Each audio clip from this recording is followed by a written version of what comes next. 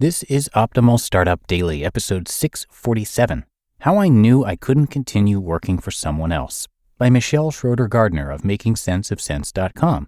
And I am Dan. I'm your host and narrator here, and I'm with you every single day reading to you from some great blogs on entrepreneurship.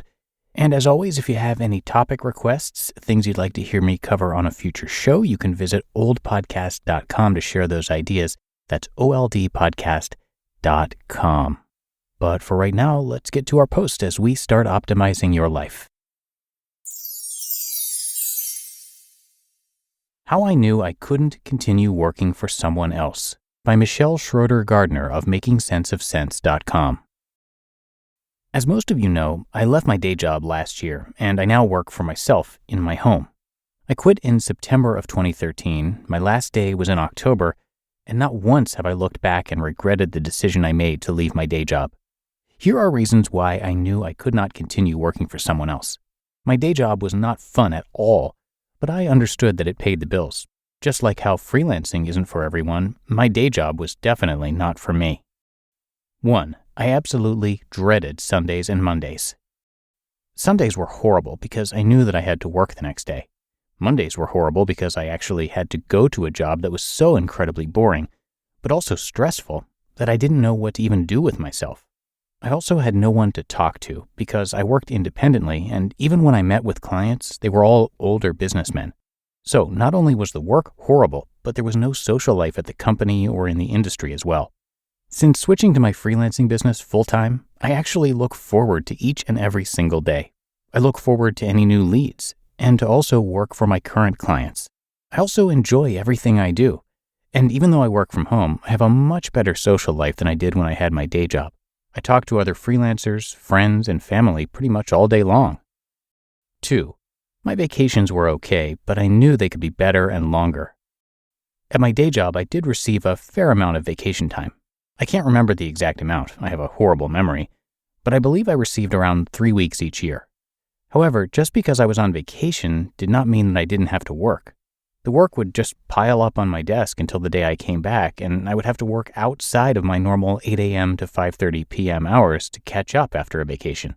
Also, the days leading up to a vacation were just as stressful because all of the work that had to be done before I left. I was on track to be vice president of the company, and I knew that with that came even more responsibilities. I would have to be on call 24/7, and being on call 24/7 with the boring and stressful work kind of made me want to cry. Those 3 weeks previously mentioned also included any sicknesses, family emergencies, and more, so you can easily see how quickly it all added up whenever things came up in life. 3. My side income was higher than my day job income. Once my side income was higher than my day job, it was very hard to stay motivated at the day job.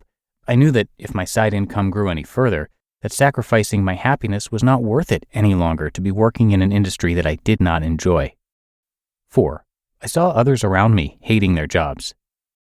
After landing my first professional job after college, I started noticing more and more about how others perceived their jobs. I saw how much others genuinely hated their jobs and what they did, and I could see it controlling them completely. I knew that I did not want that. I saw the opportunity that my side hustles gave me, and I jumped on that. I wanted to do something different, with the hope or dream that it would all work out, because anything was better than my current situation. 5. I wasn't in control. With my day job, I did not feel in control at all. Even though I was a good worker, I was great actually, I still felt like I was constantly tiptoeing around. I knew I would never lose my job, but I also didn't know what was in store for my future. Now I feel way more in control since I'm my own boss. I can dictate what I want to do, what I don't want to do, and when I want to do it all. I can create a flexible schedule that works best for me, and I can grow my business in the ways that I desire to. And 6, I knew I couldn't continue wasting their time and mine. My heart just wasn't in the work that I did. The job I had may be for some, but I still can't believe I got myself into that mess. I knew I couldn't waste any more of their time since I knew I wasn't in it for the long haul. I was wasting both their time and mine by continuing to work there. You just listened to the post titled How I Knew I Couldn't Continue Working for Someone Else by Schroeder-Gardner of MakingSenseOfSense.com.